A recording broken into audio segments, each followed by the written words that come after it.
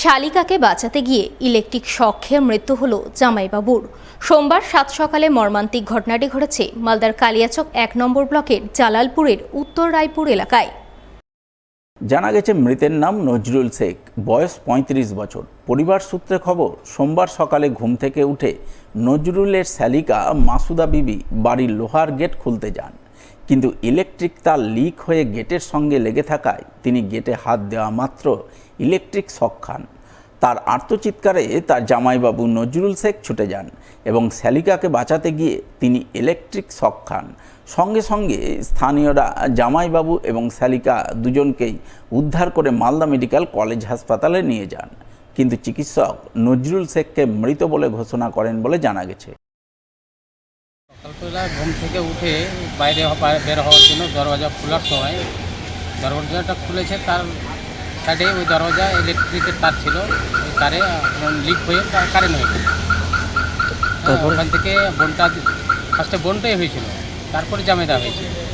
ওকে বোনকে ছুটাতে দিয়ে ও আবার লেগে যায়। তারপরে আমরা ওখান থেকে সরাসরি সদর হসপিটাল নিয়ে আসি। নিয়ে আসার পরে এখানে হসপিটালে ডাক্তারের চিকিৎসার পরে মৃত্যু ঘোষণা বলে উনি করে।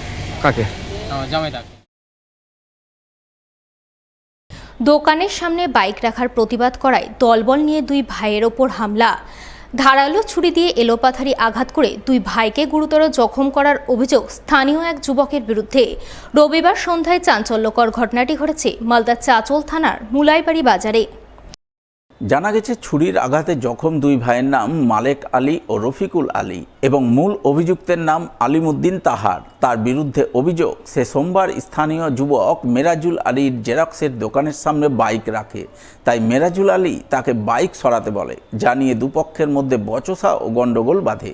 অভিযোগ, ওই সময় আলিমুদ্দিন তাহার মেরাজুলের বাবা মালেক আলী এবং কাকা রফিকুল আলীর উপর দলবল নিয়ে হামলা চালায়। ধারালো ছুরির এলোপাথারি আঘাতে তাদের গুরুতর জখম করে। বর্তমানে তারা আশঙ্কাজনক অবস্থায় হাসপাতালে চিকিৎসাধীন। এই গোটা ঘটনায় আক্রান্তদের পক্ষ থেকে চাঁচল থানায় আলিমুদ্দিন তাহার সহ বেশ কয়েকজনের নামে চাঁচল থানায় লিখিত অভিযোগ দায়ের করা হয়। সেই মতো পুলিশ ঘটনার তদন্ত শুরু করে বলে জানা গেছে।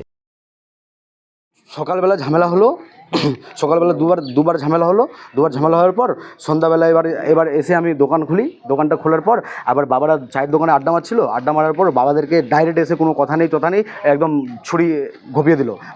বাবাকে প্রথমে ঘোপালো, তারপরে কাকু আসলো, বাবাকে দেখে কাকুকেও মেরে দিয়েছে পেটে ছুরি। খালি একটুকু কথা নিয়ে, বাইক সরাসরি নিয়ে আমি ওকে বললাম যে বাইকটা একটু আমার দোকানের আগের দিক থেকে বাইকটা একটু সরিয়ে নে, একটু দূরে রাখ। ও বলছে আমি সরাবো না, এইটুকু নিয়ে, আর কোনো কারণ নেই। দোকানের সামনে বাইক রেখেছে? আমার দোকানের সামনে বাইক রেখেছে। এটাই প্রতিবাদ করতে গিয়ে আমার বাবাকে কাকাকে ছুরি মেরে দিল, আমাকে মারার চেষ্টা করেছিল। আমি লোকজন বেঁচে গেছি। আমি চাইছি ওদের কঠোর শাস্তি দেওয়া হোক।